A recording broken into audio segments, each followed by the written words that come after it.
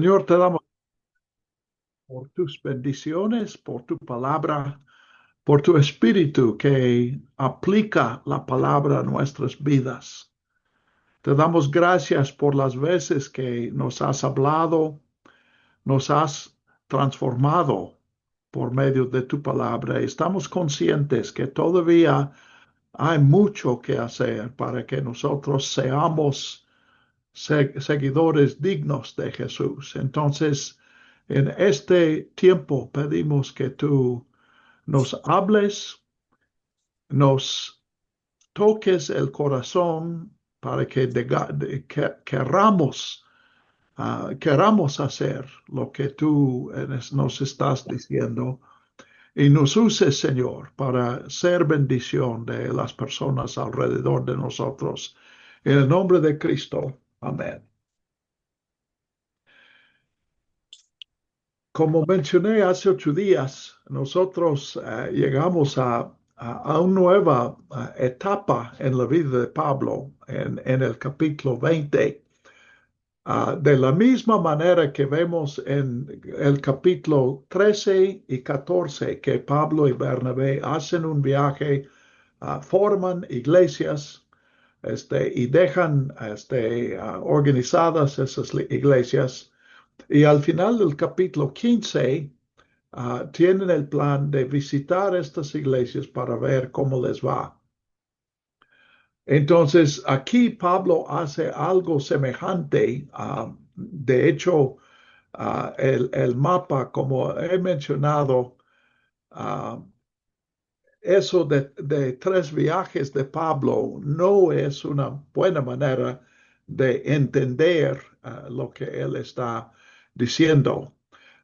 Realmente lo que tenemos aquí es en el capítulo, uh, pues los capítulos 16 y 17, Pablo sale de aquí, visita las iglesias que había formado en los capítulos 14 y 15 y luego determina entrar en territorio nuevo. Bueno, estoy mal. Ese es el mapa anterior. Cuando vemos esto, realmente Pablo ya ha formado estas iglesias aquí y él, en este viaje, él sale de Antioquía, pues de hecho visitó a Jerusalén y luego Antioquía, y él sale de Antioquía con el propósito de ir a Éfeso y pasa 3 años en Éfeso. Y cuando termina esa misión a Éfeso, donde forma una iglesia en Éfeso, y vimos una nota en el 17, perdón, 19:10, dice, esto continuó por 2 años, de manera que todos los que habitaban en Asia, tanto judíos como griegos, oyeron la palabra del Señor. Entonces, alrededor de Éfeso se forman también iglesias. Ahora, Pablo sale pues vemos su intención en 19:20, perdón, 21. Pablo tiene el propósito de recorrer Macedonia y Acaya. Este es Macedonia y Acaya. Pueden ver esos dos nombres aquí. En otras palabras, visitar estas iglesias que había formado en los capítulos 17 y 18.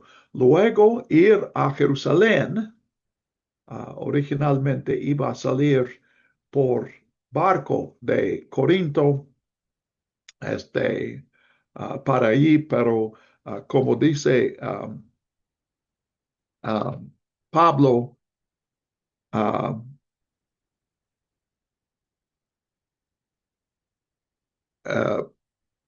bueno, en el versículo 19 salió para ir a Macedonia, de Corinto al norte, aquí por Macedonia. Perdón, estoy confundiendo mis viajes, porque ahora él está en Éfeso. Entonces quiere visitar a estos y luego ir a Jerusalén y después de eso, como vemos en 19:21, a Roma. Quiere visitar a Roma.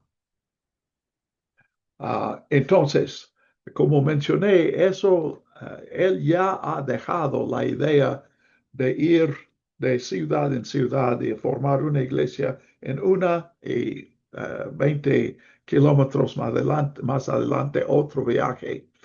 Él ya se ha establecido primero en Corinto por probablemente 2 años y luego en Éfeso por 3 años y así que el Evangelio salga de este punto estratégico a todo el área alrededor. Entonces, ahora su viaje tiene otro propósito y él no aclara muy bien por qué le es necesario visitar a Jerusalén. Sí hay una nota que nos ayuda y confirma lo que leemos en las cartas de Pablo en su defensa ante Félix en el capítulo 24. Él dijo, um,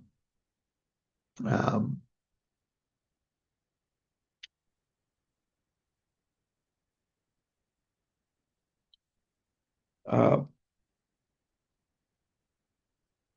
perdón, eso es, otra vez estoy confundiendo porque en el 24, versículo 11, él dice, no hace más de 12 días subí a Jerusalén para adorar, pero es más adelante cuando él habla a Agripa, este, dice,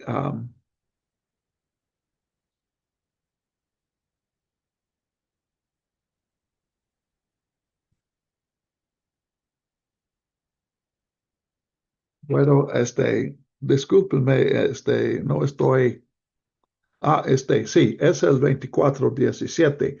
Pasados muchos años vine para presentar donativos y ofrendas a mi nación. Y ah, descubrimos que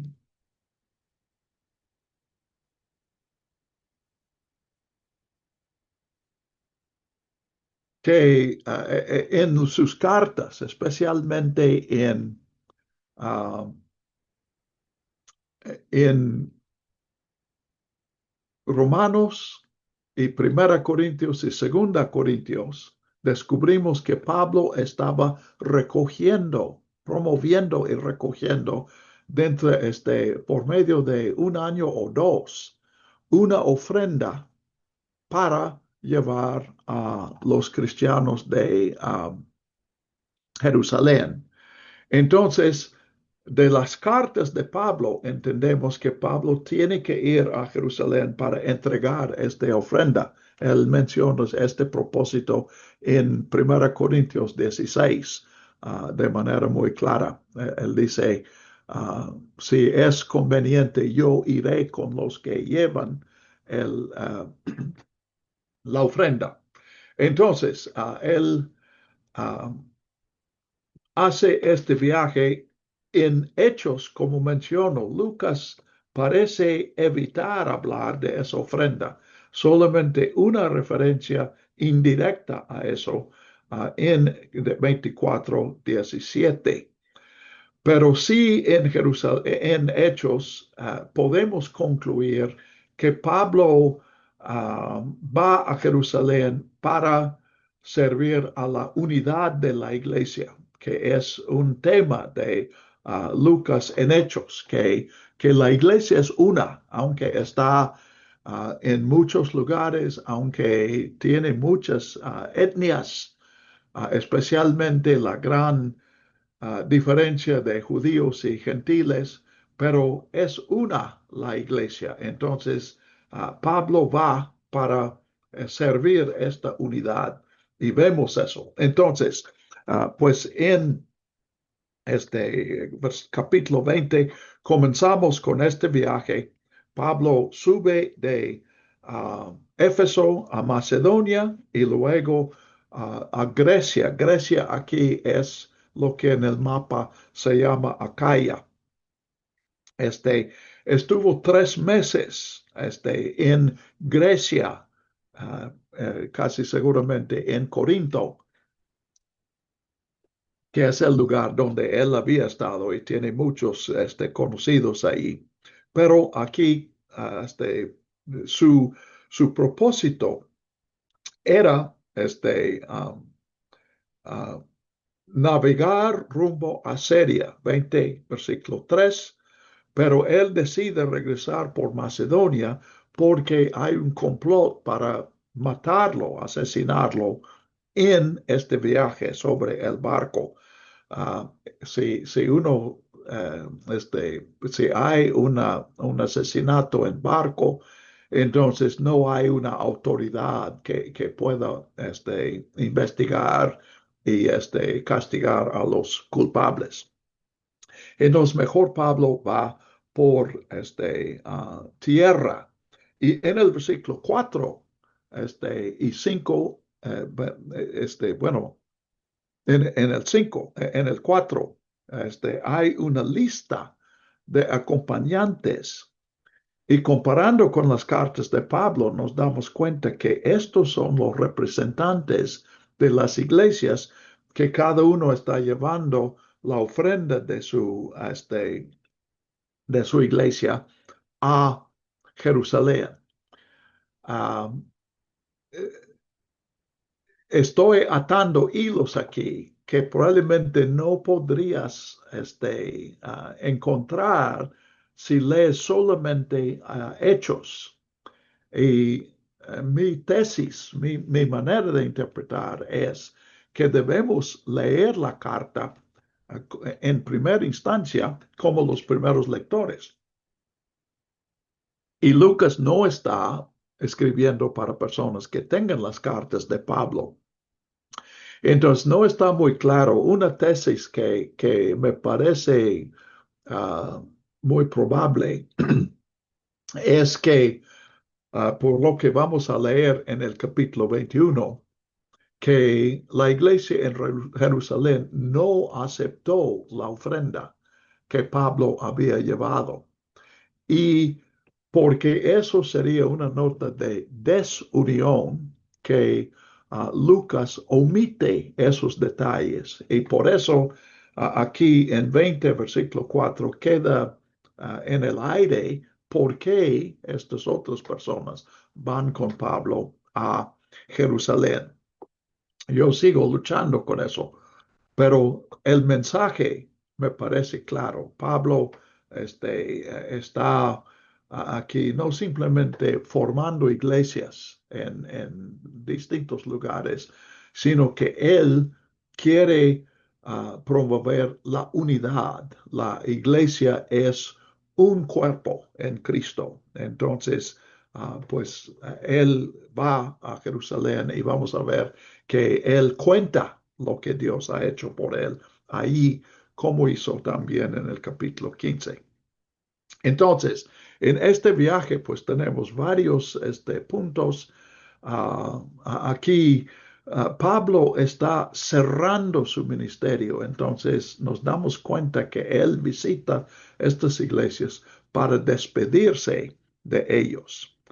Y pues en el viaje, bueno, primero noten que dice, en el versículo 4, le acompañaron Sopater, etcétera.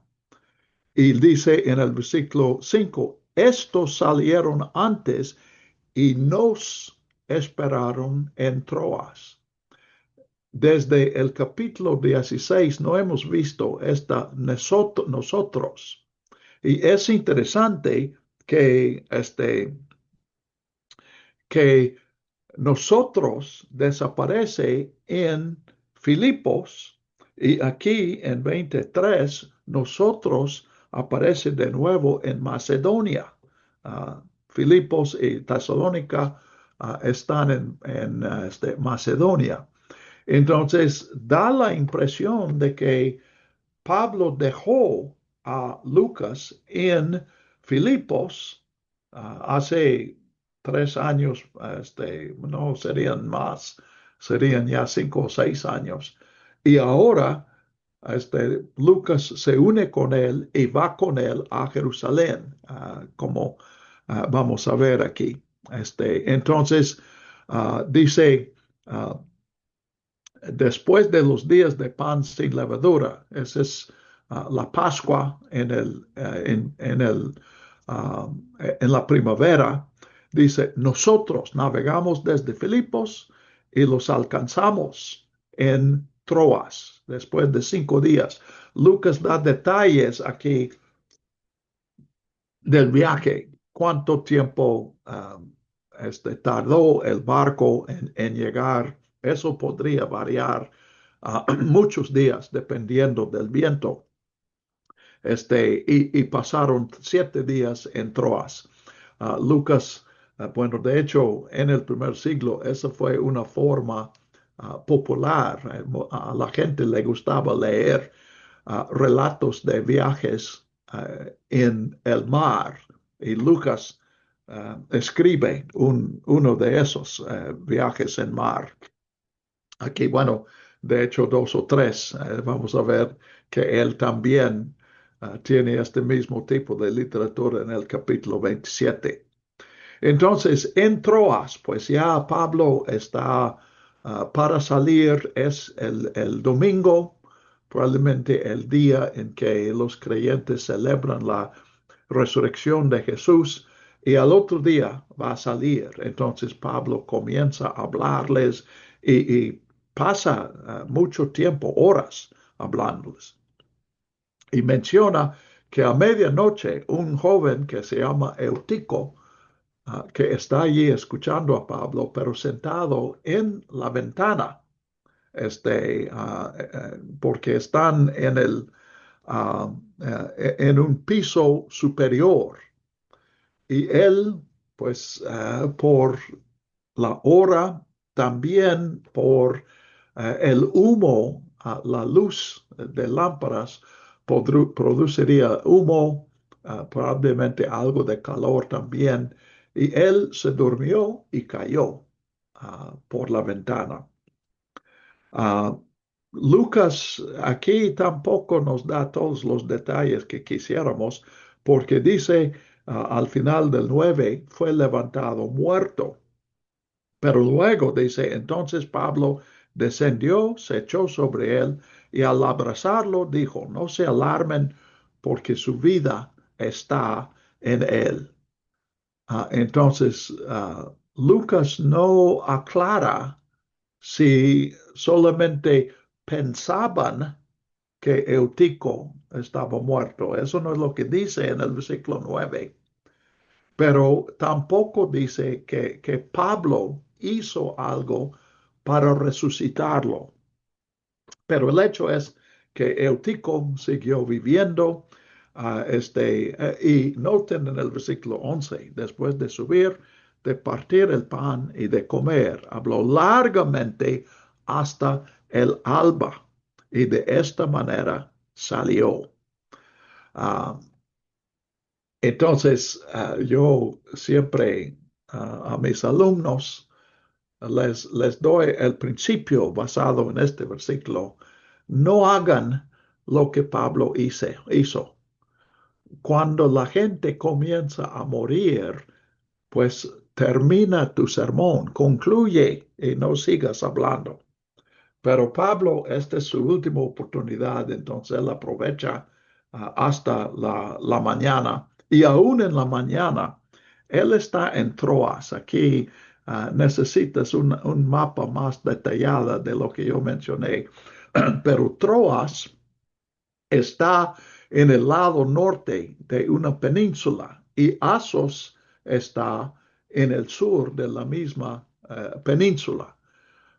Por lo tanto, Pablo puede aprovechar el tiempo porque el barco en que él sube va a hacer escala en Asos y él puede caminar y llegar a Asos en menos tiempo que el tiempo que hace el barco que tiene que dar la vuelta y viajar muchos kilómetros más.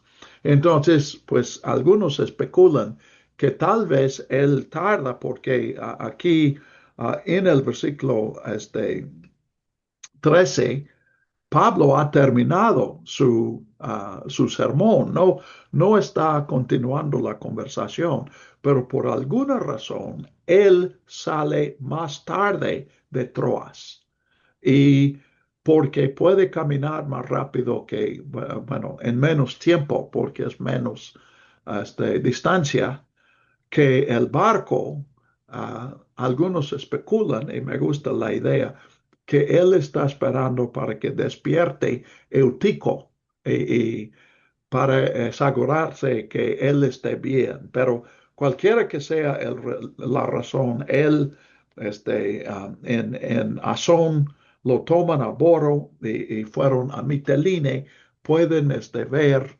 seguir en un mapa su viaje aquí, está bajando hacia este, ah, Éfeso primero.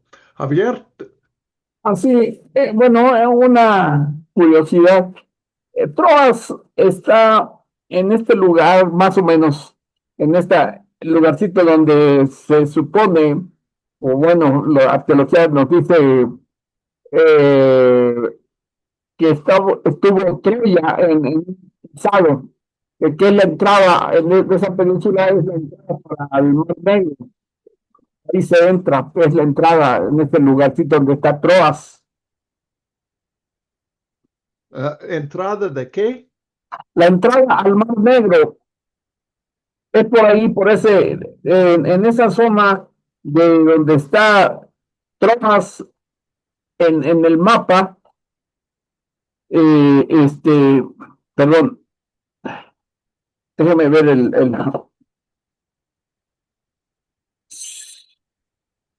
sí, Troas, donde se señala Troas, esa esquinita es donde en los mapas más antiguos aparece que ahí fue donde descubrieron en los tiempos modernos, donde estuvo Troya, que siempre ha sido un lugar muy, transitado.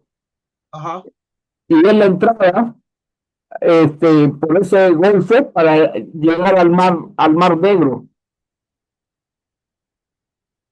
Sí, sí, pero él está viajando para el sur. Él es, Pero me refiero a que es interesante que Troas es un lugar desde la época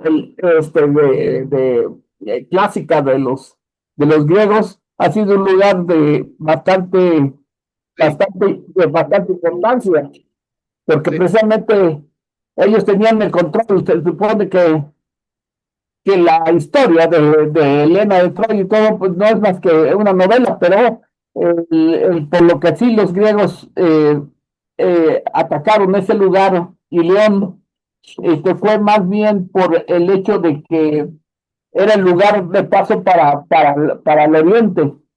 sí, así, Controlaban, controlaban ahí todo el paso de la mercancía que iba de oriente a poniente y viceversa. Era un sitio estratégico. sí, sí. Gracias. Entonces, pues Pablo se acerca a Éfeso, pero noten, dice en el versículo 16, Pablo había decidido pasar de largo a Éfeso para no detenerse en Asia, porque tenía prisa, quería llegar a Jerusalén antes de Pentecostés. Entonces, esa es su meta, pero si quiere hablar a la iglesia de Éfeso. Entonces, él llama a los líderes, los ancianos de la iglesia, dice 17, a Mileto, que es una isla allí cerca de Éfeso. Hay muchas islas por allá. Mileto, um, la, la isla en que Pablo, digo, Juan estaba, se me fue el nombre, pero donde escribió el Apocalipsis, también está ahí cerca de Éfeso. Pero él, el resto de este capítulo 20 es un discurso largo, otra vez, de Pablo en Mileto, hablando a los ancianos que representan a la iglesia de Éfeso.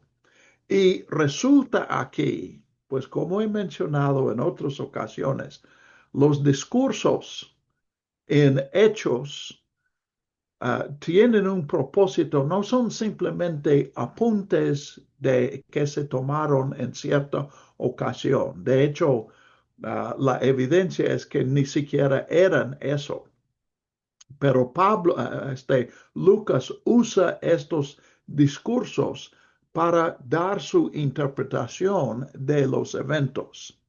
Entonces nos damos cuenta cuando leemos todo Hechos que que tenemos al final del capítulo 20, de hecho es más de la mitad del capítulo 20, es la despida de Pablo de sus iglesias, las iglesias que él había fundado, donde él había ministrado. Entonces, realmente estos hechos se aplican a Éfeso, pero también se aplican a otros lugares. Entonces, él dice, comenzando en 18, ustedes saben bien cómo me he comportado con ustedes desde el primer día que llegué a Asia, con lágrimas y pruebas, sus sufrimientos allí. De hecho, él dice en segunda Corintios que él había luchado con leones en Éfeso, que no sería literal porque nadie sobrevivía de esa lucha con leones, pero él está diciendo que tuvo muchas tribulaciones, muchos peligros. 20 saben que no he rehuido el enseñarles públicamente y de casa en casa. Otra lítote, no he rehuido anunciarles. Ese es, él está diciendo que eso fue su propósito, a esto se dedicó públicamente y de casa en casa, testificando a los judíos y a los griegos del arrepentimiento para con Dios y la fe en nuestro Señor Jesús. Aquí un resumen del mensaje, aquí no propiamente el Evangelio, sino un resumen de la respuesta que pide el Evangelio. Arrepentimiento, reconociendo que hemos rechazado la relación con Dios y fe en nuestro Señor Jesucristo. Un compromiso con Jesús, fe. Nosotros, como resultado del racionalismo del tiempo moderno, tenemos la idea de que fe es creer algo, creer, aún a veces la pregunta, ¿crees en Dios? Quiere decir, ¿crees que existe Dios? Igual que dices, ¿crees en los ovnis? ¿Crees en Dios? Pero bíblicamente, esa no es fe, es un aspecto de la fe, pero la fe en sí es un compromiso personal. Entonces, arrepentirse de alejarme de Dios y poner mi fe en Jesús como la oferta de Dios de una relación restablecida con Él. Entonces, ahora voy a Jerusalén con el espíritu encadenado, sin saber lo que me acontecerá allí.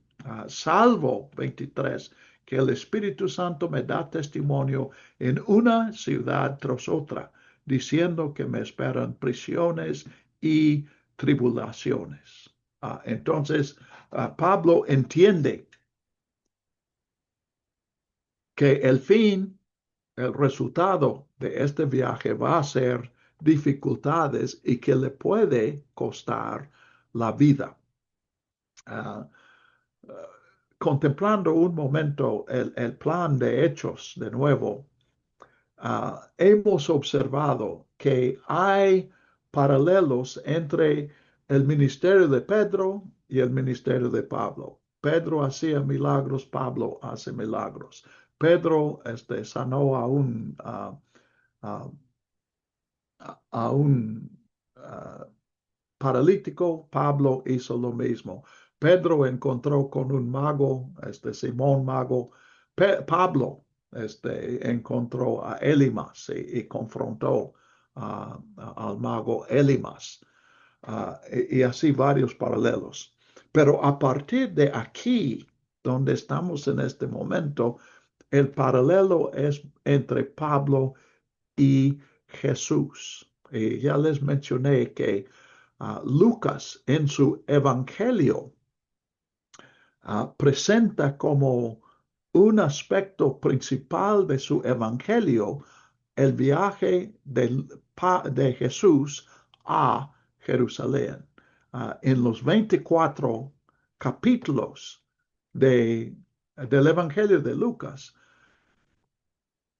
Jesús comienza su viaje a Jerusalén en el capítulo 9, al final del capítulo 9. Entonces, durante 10 capítulos, desde el capítulo 10 hasta el capítulo 19, Jesús está viajando a Jerusalén. En el capítulo 19 llega a Jerusalén, entra en la ciudad y entra en la ciudad para morir en la cruz. Entonces Pablo también va a Jerusalén para morir. Entonces aquí él expresa que sabía eso.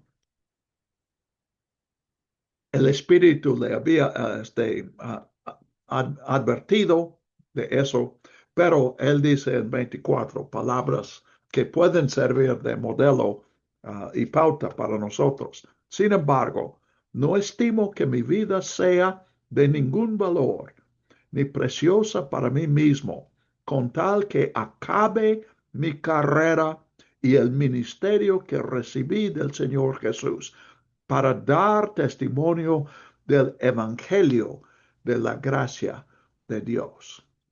Entonces, pues él ha estado predicando este Evangelio de Jesús ahora con su fidelidad al plan de Dios. Da testimonio en su sufrimiento y su vida, aún en su muerte, a Jesús. Por lo tanto, 25 dice, ahora he aquí, yo sé que ninguno de todos ustedes, entre los cuales he pasado predicando el reino, volverá a ver mi cara. Entonces, por eso mencioné que este es un viaje de despedida. Pablo ya no va a regresar a estos lados. Él va a Jerusalén para morir. Ahora, él ya, no se olviden de la nota en 19:21, que él tiene la esperanza de visitar a Roma después de Jerusalén. Entonces, Pablo, comparando con Jesús, Pablo también muere porque fue a Jerusalén, como Jesús murió porque fue a Jerusalén. Pero en el acto, y suponemos que los lectores originales ya sabían eso, Pablo no murió en Jerusalén, él murió en Roma, que es la tradición de la iglesia hoy. Bueno, hasta hoy, a través de los siglos. Entonces, 26, él da como una defensa, una apologética de sí mismo. Declaro ante ustedes que soy limpio de la sangre de todos, porque he dado el mensaje. Cueste lo que cueste, Pablo había predicado, había cumplido su misión de proclamar ese mensaje.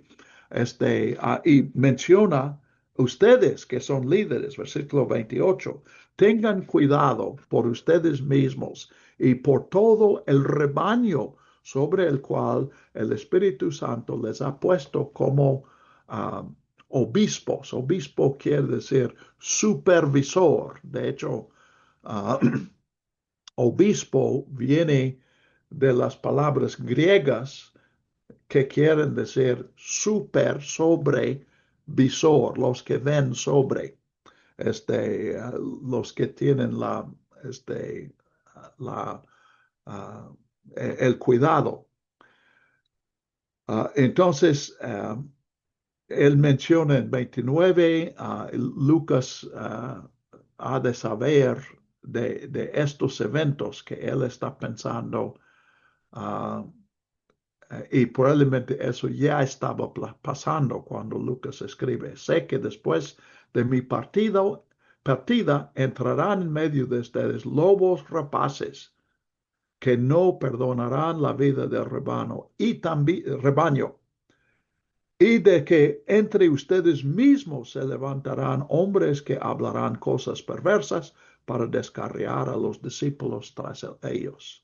Entonces, ataques desde fuera y ataques también desde dentro de las iglesias. Repito, Pablo está hablando de los líderes, a los líderes de la iglesia en Éfeso, pero creo que Lucas quiere que entendamos que eso es lo que Pablo decía en cada uno de estos lugares, por ejemplo, en Troas. 32, y ahora, hermanos, les encomiendo a Dios y a la palabra de su gracia, a aquel que tiene poder para edificar y para dar herencia entre todos los santificados. Él, en 33 al 35, él se defiende a sí mismo, insiste que no llevó a su ministerio para lucrar, sino para dar, y termina con palabras de Jesús que conocemos solamente de Hechos. Eso es interesante. En 35 hay un dicho de Jesús que no aparece en ningún evangelio, pero Pablo lo había escuchado, y lo preservó bueno, Lucas lo preservó para nosotros. Más bienaventurado es dar que recibir. Y después se puso de rodillas, oró con ellos. Uh, entonces, 37, hubo gran llanto de todos. Se echaron sobre el cuello de Pablo y le besaban, lamentando sobre todo por la palabra que había dicho, que ya no volverían a ver su cara. Lucas vuelve a eso, que Pablo no va a regresar porque esta misión va a terminar con su muerte, y le acompañaron al barco. Lucas enfatiza eso aquí en el versículo 38, como también en el versículo 25, porque vamos a ver que cuando lleguemos al momento, al final de Hechos, Lucas no narra la muerte de Pablo, no la menciona allí. Entonces, porque él tiene el plan de no mencionarla, y veremos en su momento por qué él tenía ese plan, él pone aquí para que nosotros sí podamos entender el fin de Hechos. Entonces, pues zarpa de nuevo, y 28, 21, tenemos otra vez el viaje, los lugares que él visita. Pueden seguirlo en el mapa. Ustedes pueden encontrar mapas y seguir eso. Y llegan a pues primero a Tiro, versículo 3. Arribamos a Tiro, porque el barco debía descargar allí. Entonces, es posible que ellos tomen otro barco desde Tiro a Cesarea, o que ese barco va a continuar, pero gran parte de su carga queda en Tiro o es vendida en Tiro o entregada. Entonces estuvieron ahí 7 días. Esos 7 días sugiere que subieron al mismo barco del cual bajaron, pero no es necesario, no es la única posible interpretación. Pero esta escena también podemos ver aquí mucha emoción en lo que Lucas dice en el versículo 5.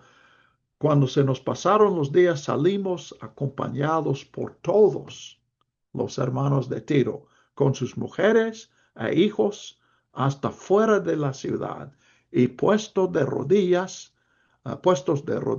en la playa, oramos. Nos despedimos los unos de los otros y subimos al barco, y ellos volvieron a sus casas. Es una escena emocionante. Aquí, atando hilos, podemos entender que lo que Pablo dijo en Mileto lo ha dicho también en Tiro.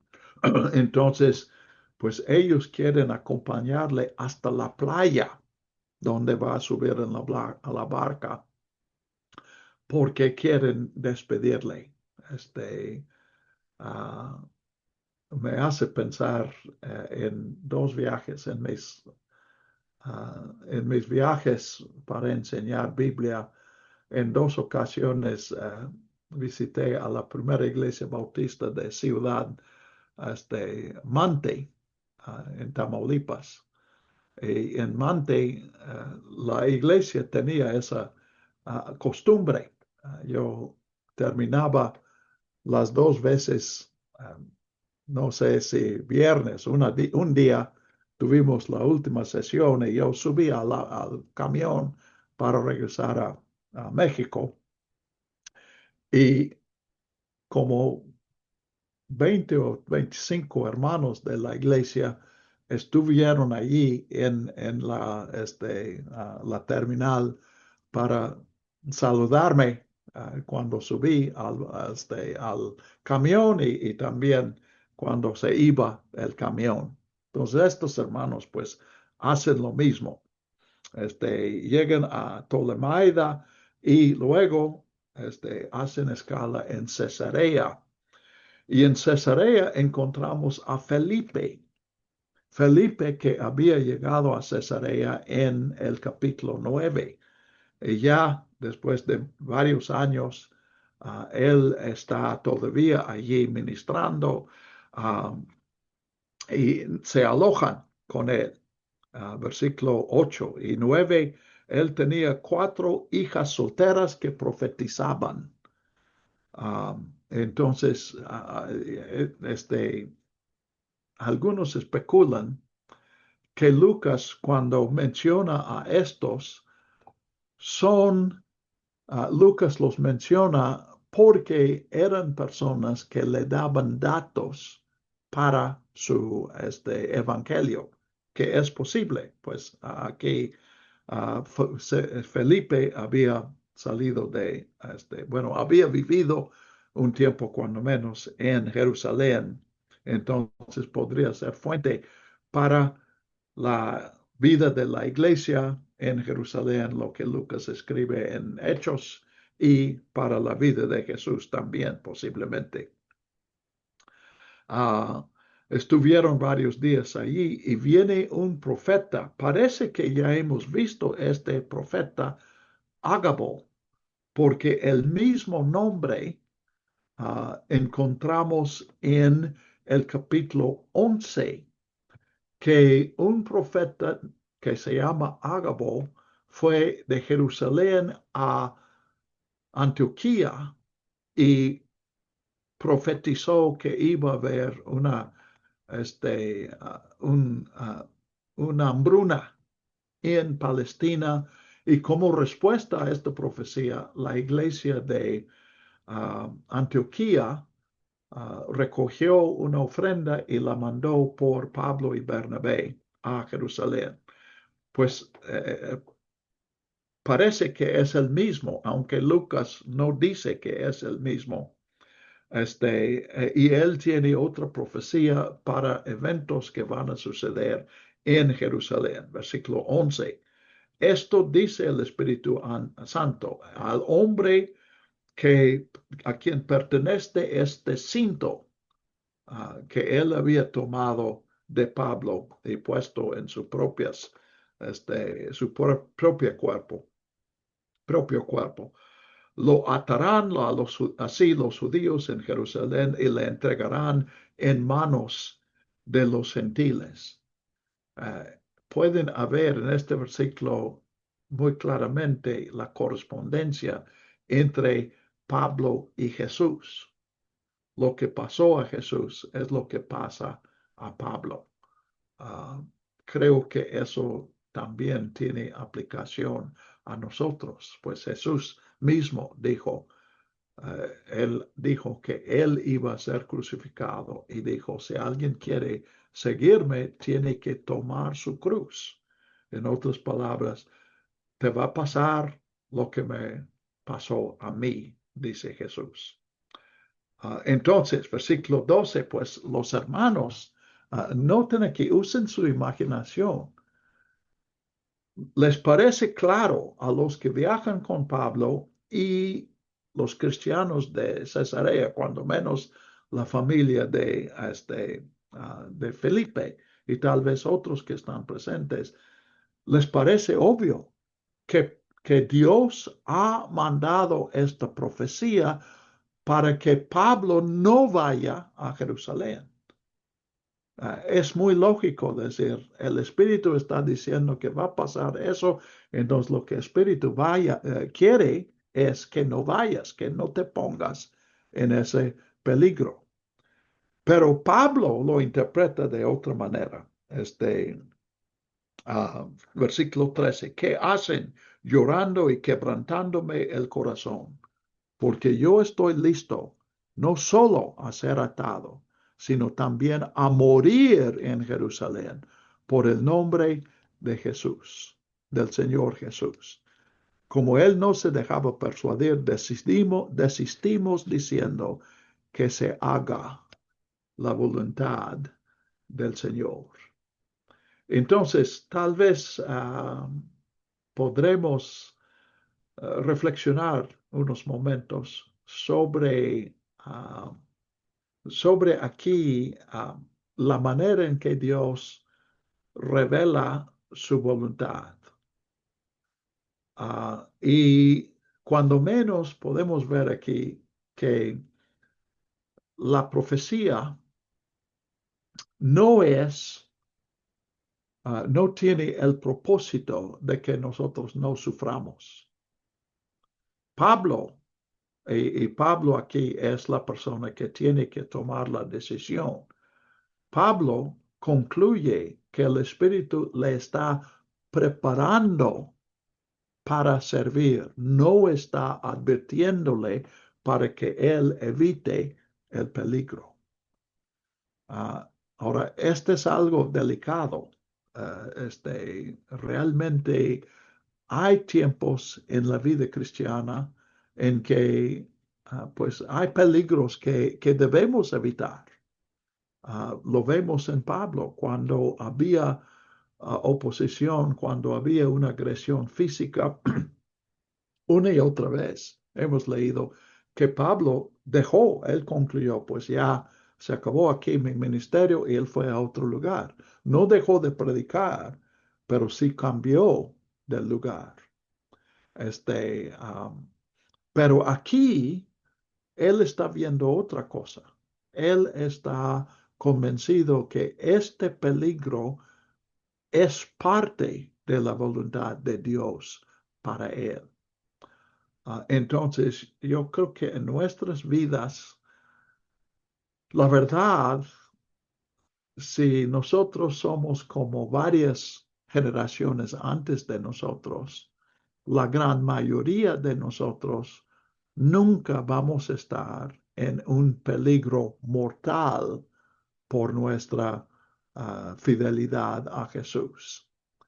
Y sin embargo, yo sí creo que es correcto entender que la voluntad de Dios para la gran mayoría, bueno, para todos los creyentes, todos los que no mueren al contado, es que mueran por Cristo en abonos. Entonces, pues el ejemplo de Pablo aquí, cuando menos a mí me da para reflexionar, para pensar en eso, para, pues todavía podría venir en mi vida un momento de peligro, y probablemente, pues ojalá que todos ustedes tengan más tiempo delante de ustedes que yo tengo delante de mí. Entonces, pues, este es un buen momento para que paremos. Ellos dicen que se haga la voluntad de Dios. Algunos acompañan probablemente para presentar a Pablo a este Mnasón de Chipre, en cuya casa nos hospedaríamos. Entonces, Mnasón puede ser la persona con quien pasan la noche, porque se requieren 2 días para viajar de Cesarea a Jerusalén. O Mnasón puede ser un hermano que vive en Jerusalén y se van a hospedar con él en Jerusalén. Y dice 17, cuando llegamos a Jerusalén, los hermanos nos recibieron de buena voluntad. Este versículo sugiere que Mnasón estaba en la noche anterior y no en Jerusalén. Pero ya hemos visto el capítulo 20 y parte del 21. Hemos visto eso de la voluntad de Dios, la emoción de despedirse de Pablo, la idea de los hermanos de que Pablo debe evitar el peligro seguramente para continuar su ministerio. Pero quedó ahí algún comentario, alguna pregunta que ustedes hacen. Yo dependo de las preguntas, el diálogo con ustedes para mi enseñanza. Entonces, ayúdenme con sus preguntas y observaciones.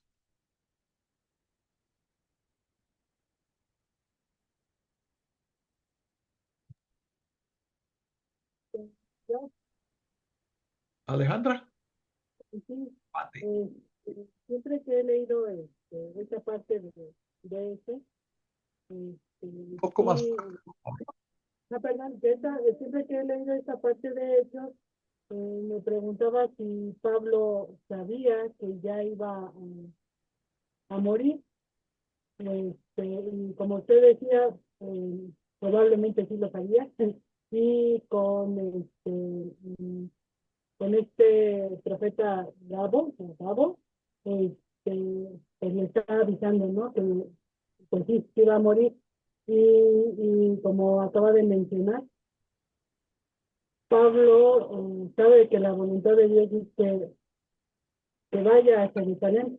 Pues bueno, ahorita nosotros tenemos la ventaja de que más adelante en Hechos, cuando ya está ahí en el tribunal y Dios le dice que vaya a Roma, que no se preocupe, que él tiene que testificar allá en Roma.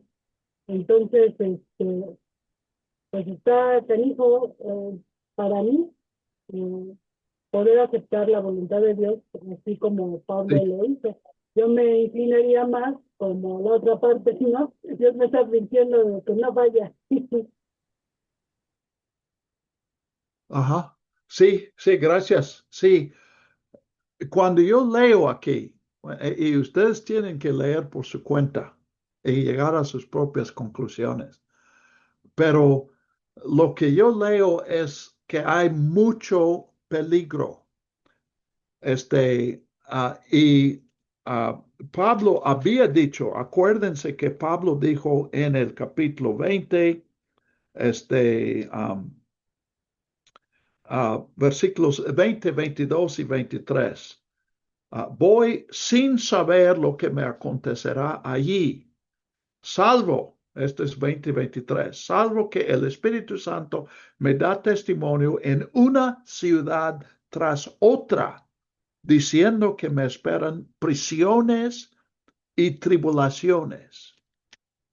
Entonces, en este versículo, Pablo no tiene una revelación que va a morir. Es prisiones y tribulaciones. Y la profecía de Ágabo, y yo entiendo que aquí Lucas nos está dando pues un ejemplo de que muchas veces Pablo escuchó eso. Lo que dice es, lo atarán los judíos en Jerusalén, entonces será arrestado por judíos o tomado preso por judíos, entregado en manos de gentiles. Entonces, eso tampoco es muerte. Sin embargo, la semejanza a la experiencia de Jesús sugiere la muerte, porque eso fue el destino de Jesús. Fue atado por judíos, entregado a gentiles y llevado a la cruz. Entonces, pues para nosotros, yo creo que aquí no es, yo diría que es muy raro por lo que yo he pues leído en la Biblia y también observado por testimonio de otros. Dios no nos dice cuándo vamos a morir. En su misericordia, Él guarda ese secreto. Es algo que podría hacernos daño, pero no nos daría ningún provecho que saber cuándo íbamos a morir. Entonces, yo creo que el cristiano debe estar siempre preparado para morir, siempre tomando las precauciones, siempre la disposición por testamento o por lo que le corresponda, instrucciones para qué hacer con los bienes de uno, preparado para morir. Y Pablo fue lo mismo. Ahora, Lucas también habla con ambigüedad porque aunque él quiere, inspirado por el Espíritu, quiere presentar a Pablo como siguiendo los pasos de Jesús, inclusive la muerte de Jesús. Pero él usa cierta ambigüedad porque todos sabían que Pablo no murió en Jerusalén, murió en Roma. Entonces, pues Lucas nos da los datos para que entendamos la relación entre Pablo, porque Pablo va a Jerusalén, es arrestado en Jerusalén y se le aplica pena de muerte.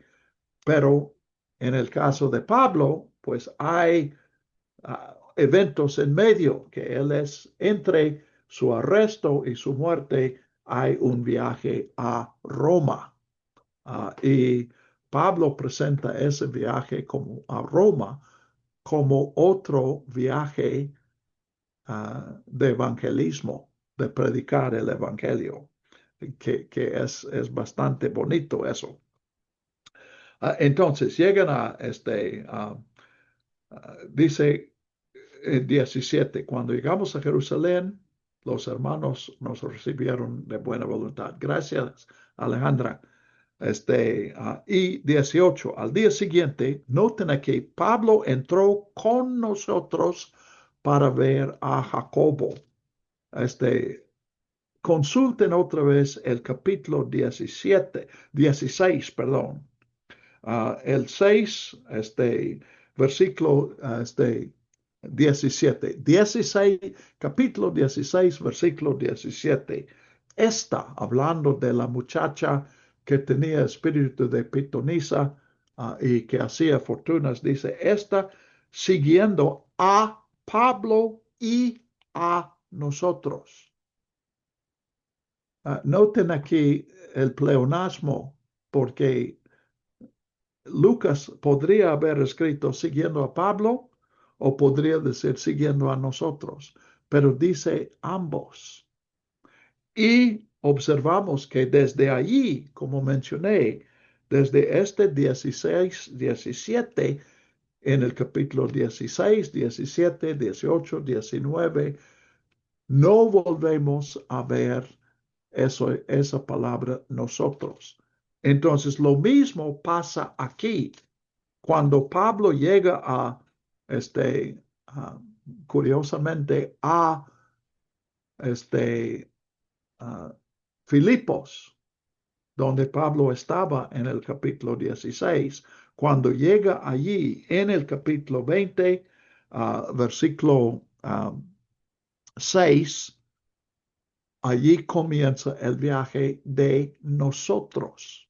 Y cuando llegan a Jerusalén, dice, Pablo entró con nosotros para ver a Jacobo. Otra vez, 21:18, Lucas podría haber dicho, Pablo entró para ver a Jacobo o nosotros entramos. Entonces nos damos cuenta que Lucas está usando este pleonasmo. Digo pleonasmo porque nosotros incluye a Pablo. Y en un viaje como este, Pablo incluye a nosotros porque nosotros estamos viajando para acompañar a Pablo. Pero aquí, y vemos lo mismo ya por el resto del tiempo que Pablo está en Jerusalén y luego en Cesarea, no volvemos a ver a nosotros. Solamente en el capítulo 27, cuando es decidido que Pablo va a Roma, leemos esto, 27:1, cuando se determinó que habíamos de navegar a Italia. Entonces, otra vez se une Lucas a la compañía de Pablo para un viaje. Y curiosamente, siempre es el viaje. No estoy hablando de la historia, pero en la narrativa de hechos, como Lucas usa estos términos, Lucas nunca está con Pablo en una ciudad, en su misión. Siempre está en un viaje. Lucas se une con Pablo en Troas y cuando Pablo llega a Filipos, sí hay un evento. Lucas es hospedado con Pablo, pero muy pronto es solamente Pablo. Aquí acabamos de ver desde Filipos a Jerusalén, Lucas acompaña a Pablo, pero no acompaña a Pablo en Jerusalén. Entonces aquí en 21:18 comenzamos a ver solamente a Pablo y no a nosotros. Entonces, Lucas saluda a los, probablemente, bueno, dice los ancianos, versículo 18, les contaba una por una todas las cosas que Dios había hecho entre los gentiles por medio de su ministerio. Pueden ver al principio del capítulo 15 lo mismo cuando él llega a Jerusalén con Bernabé. Da un relato de lo que Dios había hecho, había estado haciendo en su ministerio. Y 20, cuando lo oyeron, glorificaron a Dios. Otra vez Lucas está enfatizando la unidad.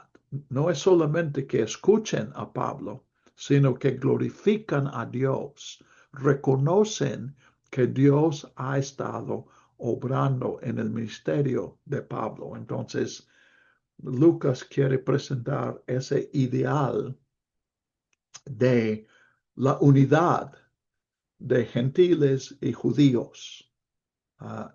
Ellos reconocen que Dios, el mismo Espíritu de Dios que está obrando en nosotros, también está obrando en ellos. Entonces Lucas presenta este ideal. De hecho, cuando Lucas escribe aquí unos 25 años más o menos después de los eventos, la separación que Pablo había visto venir ya está más cerca. La división ha crecido cuando Lucas escribe.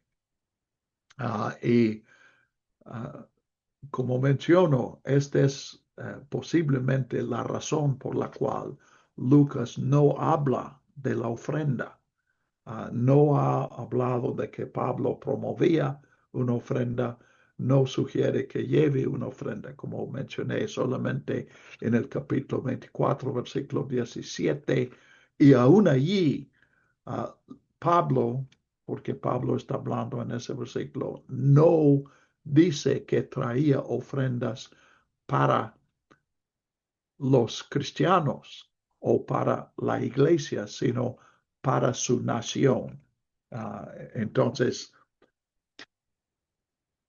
es notable como Lucas omite eso. Y repito, la mejor razón que yo puedo contemplar por eso es que este intento de unificación de la iglesia fracasó, que los hermanos en Jerusalén no aceptaron la ofrenda. Y la razón es la presión que se describe aquí en estos versículos de 21. Ellos están presionados.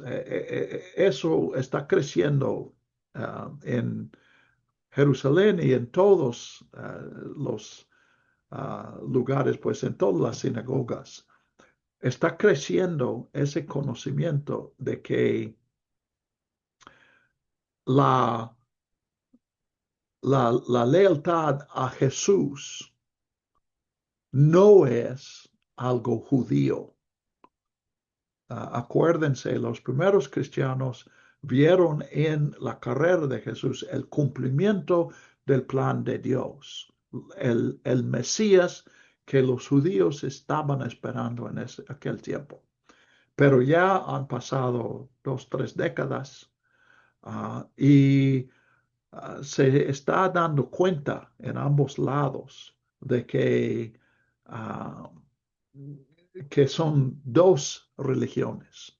Y finalmente, pues ya hemos visto ejemplos en una ciudad tras otra de que Pablo fue expulsado de la sinagoga, que retiraron el permiso que él había gozado para decir en la sinagoga que Jesús es el Mesías que los judíos esperaban.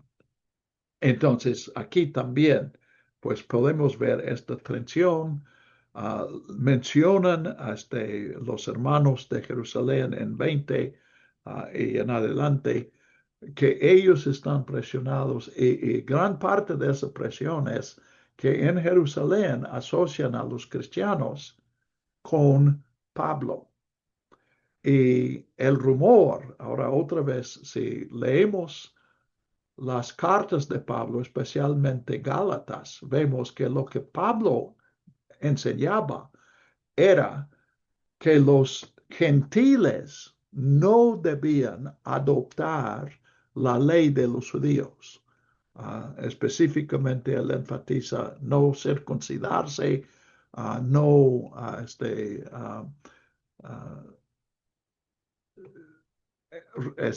observar los limitaciones en cuanto a comida, etcétera.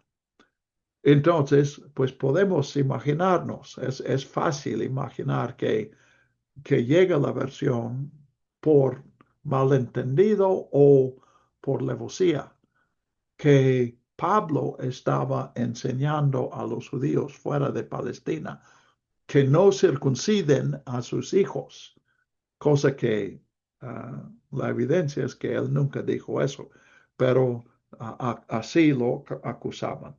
Entonces, la iglesia propone a Pablo para mostrar que eso es una calumnia, que no es cierto. Haz lo siguiente. Hay unos hermanos aquí, habían tomado un voto y el voto tiene que cumplirse con un sacrificio. Probablemente hubo también, pues aquí yo no conozco bien la evidencia, pero entiendo que sí hay evidencia que también había como cuotas que se tenían que pagar en Jerusalén para saldar la, este, el voto. Y ya que es un voto personal, nadie puede poner la cuota por la persona, porque el que toma el voto tiene que cumplir su voto. Pero sí, Pablo puede, y obviamente eso se hacía, puede entrar en su voto. Y ya cuando él es uno de los que tienen la obligación, él puede cubrir la cuota de todos. Ahora, ¿con qué pagó Pablo eso? ¿Con parte de la ofrenda que había traído? ¿O él tenía fondos? Algunos piensan que aún Pablo podría haber tenido una herencia de su familia, pero me parece más probable que algunos que apoyaban su ministerio, como la iglesia en Filipos, como mencioné hace 8 días, uh, probablemente le daban para sus gastos. Pero Pablo entra, Pablo acepta eso y el propósito es mostrar que Pablo mismo está observando la ley. Entonces, eso desmiente la calumnia de que Pablo estaba enseñando a los judíos fuera de Palestina que ellos no observen la ley. Entonces, 24, tomo contigo a estos hombres, purifícate con ellos, paga por ellos para que se rapen sus cabezas. Aquí rapar la cabeza es durante el tiempo del voto no les es prohibido cortar el pelo crece, entonces se salda, se termina el voto con, pues, el símbolo de que han cumplido con su voto es que ya pueden cortarse el pelo y la costumbre era cortar todo su pelo, raparse. Entonces, 25, podemos ver Lucas su interés. En cuanto a los gentiles que han creído, nosotros hemos escrito lo que habíamos decidido, referencia al capítulo 15, y con eso Lucas enfatiza que ni siquiera la iglesia en Jerusalén enseñaba que que los gentiles debían observar toda la ley de Moisés, toda la ley del Antiguo Testamento. Entonces, pues aquí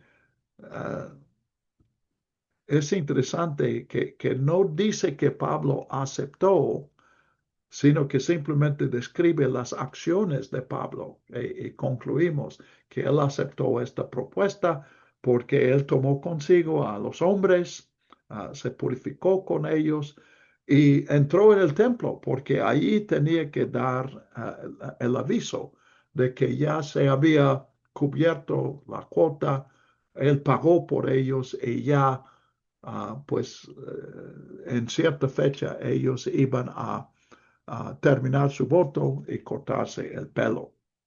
¿Ok? Entonces, hago otra pausa. ¿Hay alguna aclaración que hace falta o una observación que tienen?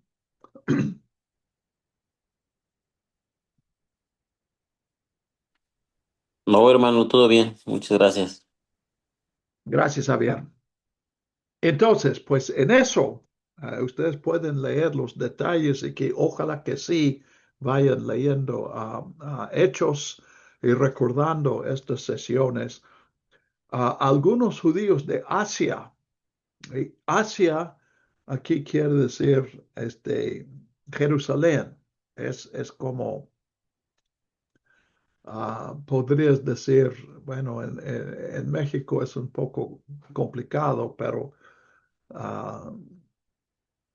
que Monterrey es Nuevo León o que Estado de México es Toluca. Entonces aquí Asia, estos son esos son personas que conocieron a Pablo de vista, probablemente no personalmente, pero de vista en Éfeso, capítulo 19. Y ahora lo ven en Jerusalén y ellos, bueno, lo ven en el templo y concluyen que él viene metiendo gentiles en el templo. Él no tiene consigo ningún gentil, pero habían visto en la ciudad a Tito con él. No, perdón, no Tito, el versículo 29, Trófimo, que es de Éfeso. Entonces, gritan, hombres de Israel, ayuden este hombre, el hombre que por todas partes anda enseñando a todos contra nuestro pueblo, la ley y este lugar. Y además de eso, ha metido griegos dentro del templo y ha profanado este lugar santo. Ellos no reconocen la contradicción aquí, que cuando ellos agarran a Pablo, no agarraron a ningún gentil con él, porque no había ningún gentil con él allí en la ciudad. Y como pues es apócrifo, pero del pastor que predica y acerca de un punto pone punto débil, grita. A veces hablamos con mucha fuerza porque sabemos que lo que decimos no es cierto y queremos convencer. Entonces, están gritando aquí. Y sí, pues se produce un alboroto, comienzan a golpear a Pablo con la intención de matarlo. Y versículo 30, le arrastraron fuera del templo y de inmediato las puertas fueron cerradas. Entonces, el evento histórico podemos entender pues aquí los levitas y los sacerdotes queriendo mantener la paz y el orden en este lugar santo, pues probablemente influyeron para que arrastraran a Pablo, probablemente protestaban y dijeron no hagan eso, aquí llévenlo fuera. Y cuando lo llevan fuera, cierran las puertas para que el disturbio no entre otra vez en el templo. Pero Lucas ve a eso como simbólico. Aquí el simbolismo de Lucas en en el Evangelio de Lucas. Comienza el Evangelio de Lucas con una visión en el templo, Zacarías, que iba a ser padre de Juan el Bautista. Un ángel aparece a él y anuncia que va a tener un hijo y su anuncia incluye a Jesús, para quien Juan va a ser el heraldo. Jesús, cuando nace, es presentado en el templo, y al final, en el capítulo 24, la iglesia se queda en Jerusalén cuando Jesús se va, esperando al Espíritu que viene.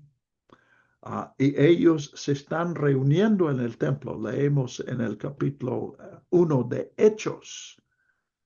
Entonces aquí, pues ya hemos visto que en una sinagoga tras otra, Pablo es expulsado. Y ahora se le cierre el templo. Entonces, lo que Lucas está presentando es que los cristianos nunca rechazaron a los judíos, sino que fueron los judíos que expulsaron a los cristianos. Entonces, esa es parte de su apologética, de que ese no es el plan de Dios. Dios no está rechazando a Israel. Israel está rechazando a Dios. Entonces, pues querían matarlo. El tribuno, versículo 31, que está allí. Hay una compañía de soldados en Jerusalén. De hecho, el templo está en una plaza y al otro lado de la plaza hay lo que se llama la Torre de Antonia. Y es un destacamento militar allí precisamente porque era un lugar donde hubo varios disturbios de los judíos en contra de Roma.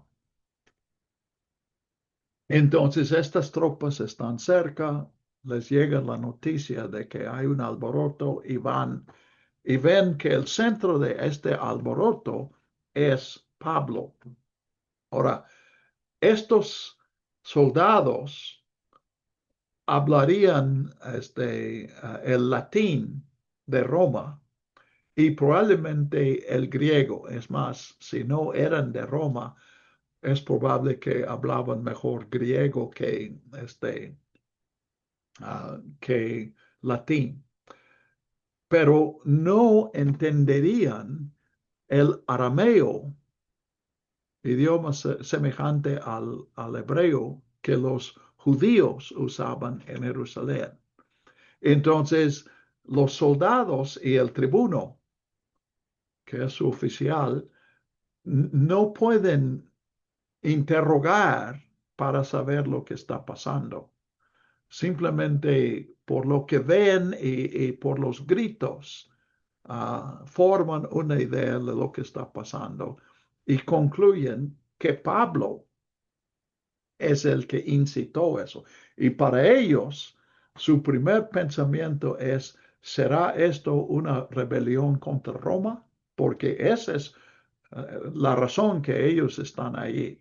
Los soldados no están allí para proteger a los ciudadanos de Jerusalén, sino para frustrar cualquier intento o ataque o rebelión contra Roma. Entonces, pues Lucas da detalles y es dramático lo que pasó. Ellos no están avanzando aquí y eso es sorprendente. Normalmente cuando los soldados llegan con sus armas, pues la gente va a desistir en su violencia.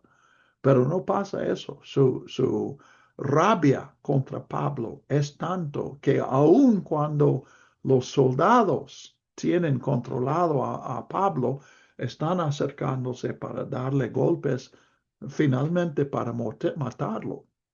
Entonces, es tanto la presión, tanta la presión que tienen que levantar a Pablo, los soldados, sobre sus cabezas y así avanzar, porque si lo dejan en la tierra, pues la multitud no va a permitir que avancen. Llegan a las gradas ahí de la torre de Antonia y comienzan a subir a las gradas y ya pueden bajar a Pablo. Y Pablo se dirige al tribuno, versículo 37. ¿Se me permite decir algo? Y dice el tribuno, ¿sabes griego? Entonces Pablo le habló en griego. Entonces, dice 38, ¿no eres tú aquel egipcio que provocó una sedición ante estos días y sacó al desierto a 4,000 hombres de los asesinos? Entonces, pues el tribuno obviamente es uno que es encargado de encontrar a este rebelde egipcio que no han encontrado todavía. Entonces, él piensa que él ha encontrado a un enemigo de Roma y piensa que merece un ascenso. Pero Pablo dice, no, ese no soy yo. Versículo 39. A la verdad, yo soy judío, ciudadano de Tarso de Cilicia. No soy de Egipto, al sur del Mediterráneo, sino de Tarso en Cilicia, que está en el norte del Mediterráneo, precisamente donde la esquina noreste del Mediterráneo. Entonces, te ruego, permíteme hablar al pueblo. Como él se lo permitió, Pablo, de pie en las gradas, hizo señal con la mano al pueblo. Tenemos eso 3 o 4 veces en Lucas, que uno comienza su discurso con una señal de la mano. Hecho un profundo silencio, comenzó a hablar en hebreo. Ahora, hebreo aquí no sería el idioma del Antiguo Testamento, porque ya nadie hablaba el hebreo. Sí estudiaban el hebreo para leer las escrituras y se leía en hebreo en las sinagogas. Arameo. ¿Perdón? Sí, pero la explicación se daría en arameo. Entonces, el idioma ahora en la obra de Lucas, el capítulo 22 es escrito en griego. Lucas escribe para personas. Es muy probable que Lucas no conocía el arameo. Pero Pablo, cuando habla a la multitud, habla en ese que es el idioma que ellos habían aprendido como niños en Palestina. Por lo tanto, el tribuno no entiende lo que Pablo está diciendo. Y Pablo, pues, hace su defensa. Pues vamos a ver en el capítulo 22 lo que él dice. Y vamos a ver que él repite los eventos del capítulo 9 que vimos, la conversión de Pablo. Pablo dice, 22:1, hermanos y padres, oigan ahora mi defensa ante ustedes. Cuando oyeron que Pablo les hablaba en su propio idioma, guardaron mayor silencio. Y Pablo dijo, soy un hombre judío, nacido en Tarso de Cilicia, pero criado en esta ciudad. Eso no lo sabríamos del capítulo 9, pero aquí Pablo menciona eso.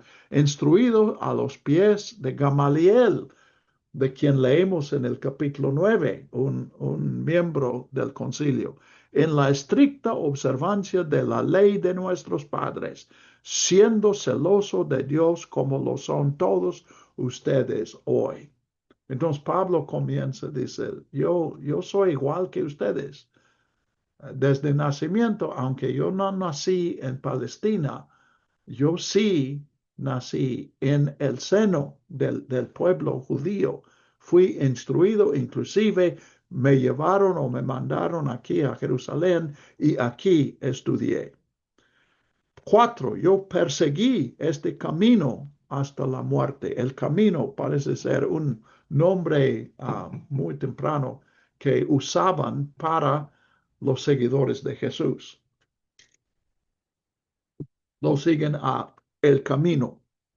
Entonces, hasta la muerte, tomando presos y entregando a las cárceles a hombres y también a mujeres. Creo que ya mencionamos en 7 y 9 que es probable que la única muerte que Pablo presenció fue de Esteban. Y dice ahí que él no participó activamente ahí.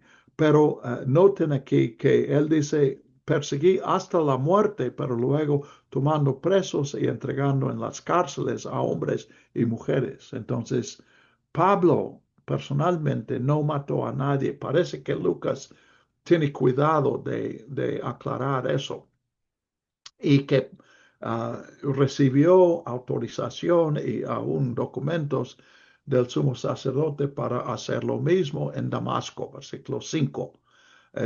Pero, versículo 6, me sucedió cuando viajaba y llegaba cerca de Damasco, como a mediodía, que de repente me rodeó de resplandor una gran luz del cielo. Yo caí al suelo y una voz que me decía, y oí una voz que me decía, Saulo, Saulo, ¿por qué me persigues? ¿Quién eres, Señor? Yo soy Jesús de Nazaret, a quien tú persigues. A la verdad, los que estaban conmigo vieron la luz, pero no entendieron la voz de que hablaba conmigo. Y yo dije, ¿qué haré, Señor? Y el Señor me dijo, levántate y ve a Damasco, allí se te dirá todo lo que está ordenado. Entonces él fue a Damasco. En el versículo 12, noten que él presenta a Ananías no como un seguidor de Jesús, sino hombre piadoso conforme a la ley. Ananías fue un judío fiel a las tradiciones, que tenía buen testimonio de todos los judíos que moraban en Damasco. Él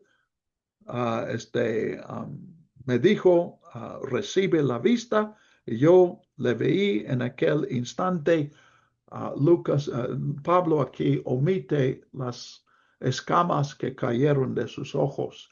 Probablemente Lucas está variando, omitiendo detalles, añadiendo otros, para que no sea una repetición exacta de lo que leímos en el 9. Así parece ser una técnica de Lucas para aumentar el interés del lector y pues para que no sea aburrido.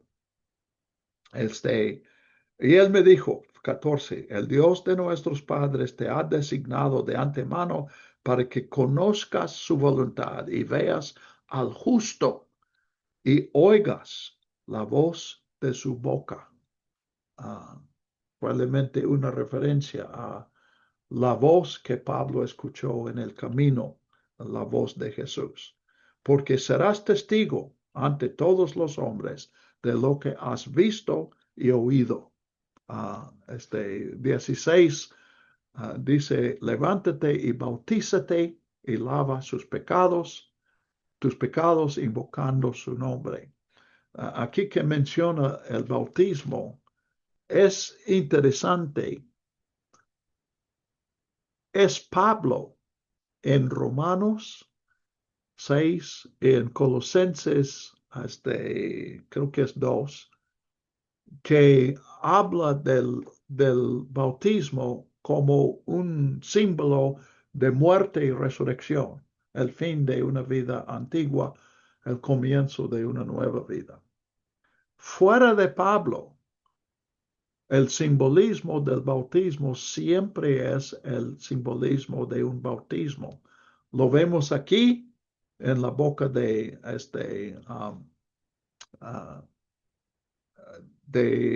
Ananías, también en el capítulo 9, Ananías hablando ahí también.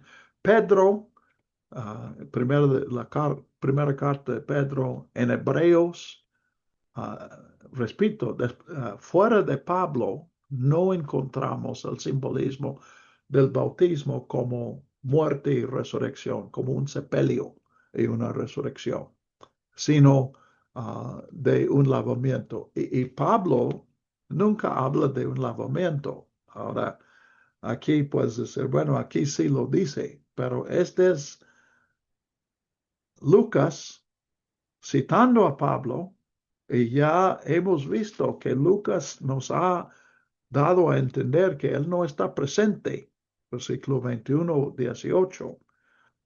Pablo, Lucas no está presente aquí y pues finalmente a quien está citando es a Ananías. Entonces, pues Pablo sigue hablando de una visión que él tuvo en el templo. Otra vez este tema de Lucas. Esta nueva religión que ha cambiado la vida de Lucas nació en el templo de Jerusalén, en el seno del judaísmo. Y él dice, vi al Señor y el Señor me dijo, 18, date prisa y sal de inmediato de Jerusalén, porque no recibirán tu testimonio acerca de mí. Y Pablo dice, Señor, ellos saben que yo andaba encarcelando y azotando a los que creían en ti en todas las sinagogas. Yo soy de los perseguidores. ¿Cómo puedo ser el perseguido? Versículo 20, cuando se derramaba la sangre de tu testigo, Esteban, yo también estaba presente y aprobaba su muerte y guardaba la ropa de los que le mataban. Noten, cuando Pablo habla de que iban a rechazar su mensaje en Jerusalén, lo escuchan.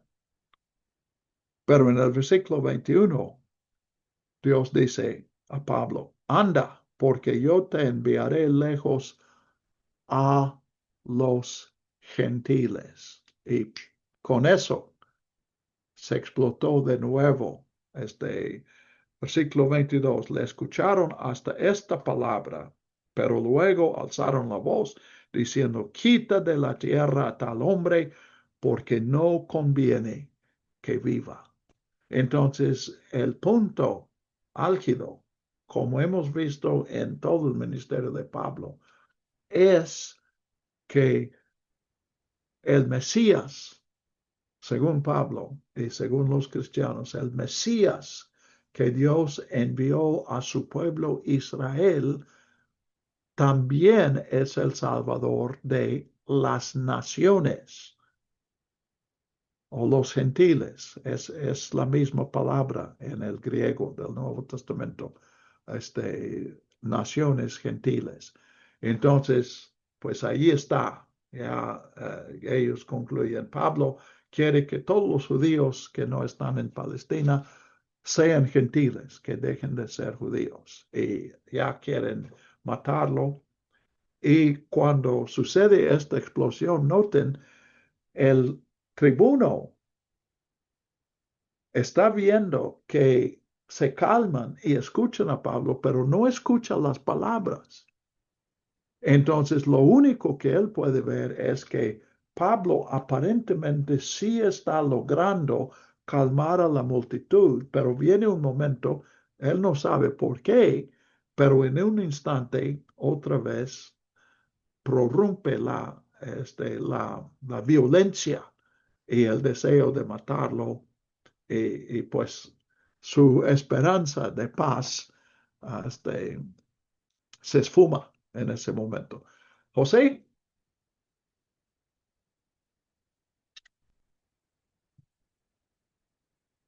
no te escuchamos. No te escuchamos. Sí, mira, es que esta, esta parte o esta narrativa del problema de Pablo en el templo me lleva a Marcos 11, a la purificación del templo, porque la torre Antonia normalmente tenía vigilancia día y noche y estaba exactamente frente al templo, que era donde surgían la mayor parte de las revueltas. Sí, Entonces, cuando sucede lo de Pablo, llegan de inmediato y a calmar la trifulca. No con facilidad, pero calman la trifulca. Entonces me lleva a Marcos 11 y yo creo que la acción de Cristo debe haber sido una acción relámpago, o sea, no sé, me da la idea de que no fue él solo el que tiró las mesas y tiró todo lo demás, porque no le hubiera dado tiempo, hubiera llegado la guardia de inmediato a tomarlo preso, porque era una revuelta mayor que la de Pablo, ¿sí? Ahí estaba atentando contra los dineros de la clase eh, en eminencia, la clase en eminencia. Entonces, o alguien cubrió su huida, o no él solamente derribó las mesas, sino a lo mejor también quien le acompañaban a él, porque además él en ese momento, pues no era conocido en Jerusalén. Él venía de Galilea con un grupo de galileos. Entonces, la verdad me lleva a reflexionar cómo pudo haber sido esa acción, ¿verdad? O en qué tiempo se realizó y cómo es que la guardia no reaccionó de inmediato, porque tenían la vigilancia día y noche. Sí. Ahora, en cuanto al Evangelio, leemos que en el mismo Marcos 11, que decidieron arrestar a Jesús y matarlo, pero no buscaban hacerlo en privado porque tenían temor al pueblo. Entonces, me parece que una mejor explicación, ¿cómo es que Jesús pudo hacer eso sin ninguna consecuencias? Primero, yo digo que reflexionando, no tenemos que decir que Jesús soltó a todos los animales que estaban allí. Puede ser que Jesús comenzó a hacerlo, pero lo detuvieron, que él volcó una mesa o dos y ya pudieron pararle, pues controlarle. Pero lo soltaron precisamente porque la multitud estaba del lado de Jesús. Y esa es una diferencia, pues ya Pablo está entre líneas, estamos concluyendo que aún en la iglesia de Jerusalén, Pablo no todos eran simpatizantes de Pablo. Y fuera de la iglesia, probablemente ninguno. Tal vez su sobrino, pero de ahí en fuera, ningún otro. Pero es interesante lo que estás reflexionando. Eso es cómo debemos tratarlo aquí. Usar imaginación, reconocer la diferencia entre lo que la escritura dice y lo que estamos viendo entre líneas. Pero algo de eso es válida, tu pregunta. ¿Por qué Jesús no sufrió ningún? Bueno, en efecto, Jesús sí sufrió una consecuencia porque lo mataron, pero no fue inmediato. Y lo que Marcos, la razón que él da es que los líderes, los sacerdotes y otros líderes tenían miedo de la multitud, porque la multitud sí apoyaban a Jesús.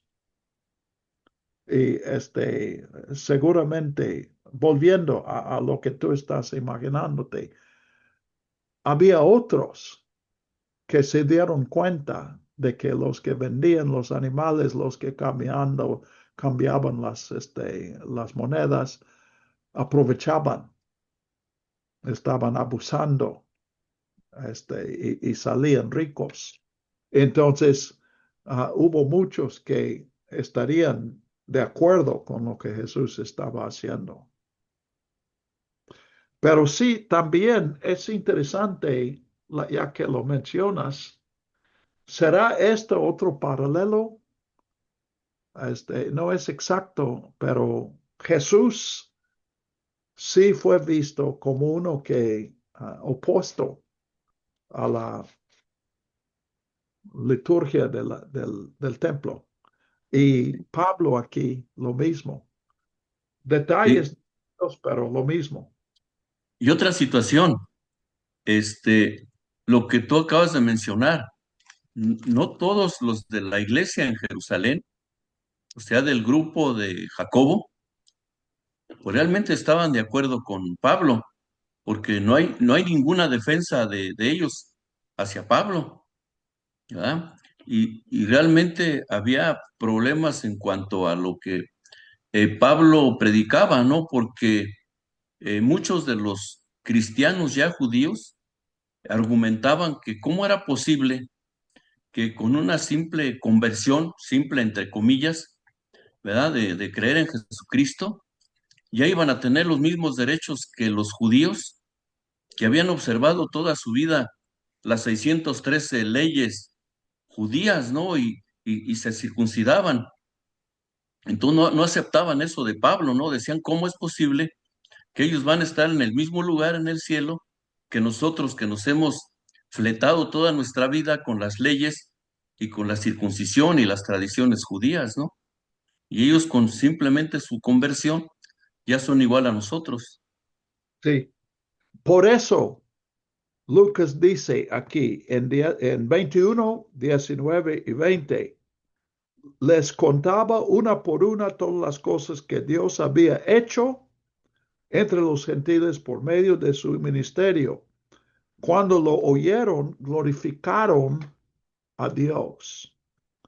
Y otra vez leyendo entre líneas, yo creo que lo que pasó era que algunos en la iglesia reconocieron la mano de Dios, pero también había personas presentes que eran escépticos, Y es, precisamente por la razón que tú estás diciendo. No, eso de que Dios los acepta sin circuncisión cuando ellos no respetan la ley de Dios, no creo. Entonces, cuando Pablo es arrestado, seguramente muchos en la iglesia, en lugar de simpatizar con Pablo, estaban pensando, oh caray, ahora viene más problema para nosotros. Ahora, yo no quiero exagerar eso, pero sí estamos, Lucas no, Lucas quiere presentar el ideal, que la iglesia de Jesucristo es para toda la humanidad y unifica a las personas. Pero cuando él escribe, está pasando algo distinto. La iglesia de los judíos ya no está reconociendo su hermandad con la iglesia de gentiles. Y para el año 100, la ruptura ya es completa. No hay ninguna comunión entre los que se llaman se me van los términos, ese es el problema de la edad, pero los ¿Qué judíos, será los judaizantes? no, estoy hablando del término que no está en la Biblia, quiere decir los pobres, pero hay Mm. un término que usa para ellos en la historia, y era una iglesia aparte de la gran iglesia donde nosotros reconocemos nuestras tradiciones. Y eran judíos, sí reconocían a Jesús, pero no reconocían como hermanos a los cristianos gentiles. La mayoría de los gentiles, especialmente fuera de Palestina, seguían en la iglesia de ambos, pero um, bueno, el término no me viene. Gracias. Entonces, pues pues el tribuno, ya concentramos en el tribuno al resto de este capítulo. Él no sabe qué está pasando, entonces su solución, esa era la solución de los soldados romanos, era sacar la verdad de Pablo a golpes, pues en este caso a azotes. Entonces lo están atando para azotarlo. Y me parece que eso es muy serio, porque no hay, cuando los romanos hacían eso, no todos decían la verdad, pero era más probable que iban a morir por este trato. Entonces dice, apenas lo estiraron las correas y Pablo pregunta al centurión, el oficial que lo está presidiendo ese golpiza, ¿es lícito a ustedes azotar a un ciudadano romano que no ha sido condenado? Creo que eso es algo del humor de Lucas. Otra vez, no es para reírse, pero Pablo está demandando sus derechos, pero según Lucas lo hace con una pregunta. Él dice, eso es raro porque en otras partes del imperio lo que ustedes están haciendo es prohibido. Pues es obvio, aquí también, y es lo que vamos. El centurión fue e informó al tribuno diciendo, 26, ¿qué vas a hacer? Pues este hombre es romano. El tribuno viene porque aquí ya, por el hecho de que Pablo ya está atado para azotarse, ellos ya están en problemas, porque no se trata así a un ciudadano romano. Entonces el tribuno, tribuno sería más o menos un oficial de 1000 soldados. Centurión, el nombre sugiere de 100 soldados. Entonces, un oficial menor. Entonces Pablo dice, sí, soy romano. El tribuno dice, yo logré esta ciudadanía con una gran suma. Pues obviamente la ciudadanía no se vendía, pero por eso existe la mordida. Cuando no se puede comprar, se puede conseguir con mordida. Entonces él dice, me costó. Y probablemente aquí las palabras se pueden obviamente hay más que simplemente estas palabras, pero se presta a distintas interpretaciones. Y una posible es que el tribuno está haciendo más o menos un insulto a Pablo y diciendo, yo sé cuánto cuesta. Si uno quiere ser ciudadano, cuesta caro. Y no me parece, tú no pareces una persona que tenga medios para eso. Entonces está cuestionando a Pablo, ¿dónde conseguiste el dinero para hacerte ciudadano? Y Pablo dice, pues no pagué ninguna mordida porque yo tengo la ciudadanía por nacimiento. Así que, 29, enseguida se retiraron de él los que le iban a interrogar. Interrogar allí es un eufemismo, es interrogarlo a azotes. También el tribuno tuvo temor cuando supo que Pablo era ciudadano romano y que le había tenido atado. Entonces, pues vamos a parar aquí.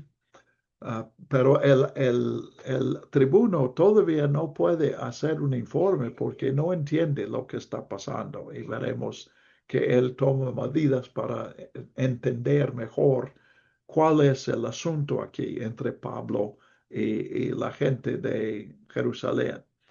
Eh, pero pues gracias a Dios que llegamos aquí. Ah, estamos en medio de la encuesta. Ojalá que pues les agradezco a ustedes los que prenden sus cámaras, los que hacen comentarios. Todo eso es muy importante para mí. Lamento la necesidad. Yo ya no puedo desvelarme como podía hacer cuando era más joven. Seguramente ustedes no se han dado cuenta, pero sí soy viejo. Y les agradezco su participación en la encuesta. Sí, vamos a tener que hacer algún ajuste y haremos lo que ustedes decidan. Pero gracias a Dios que por la grabación, nadie va a ser privado de las sesiones. Por otro lado, sí necesito a algunos, yo sé, si tu horario es otro y no es posible, entiendo eso, pero yo necesito a algunos que estén presentes y que dialoguen conmigo, porque es la manera en que yo presento el estudio. Entonces, gracias por su participación. No se olviden votar. Yo supongo que los que votaron antes, Jerry, deben entrar a la encuesta y volver a firmar sus votos, ¿verdad? Ese es el procedimiento. Entonces, pues con confianza allí. Gracias.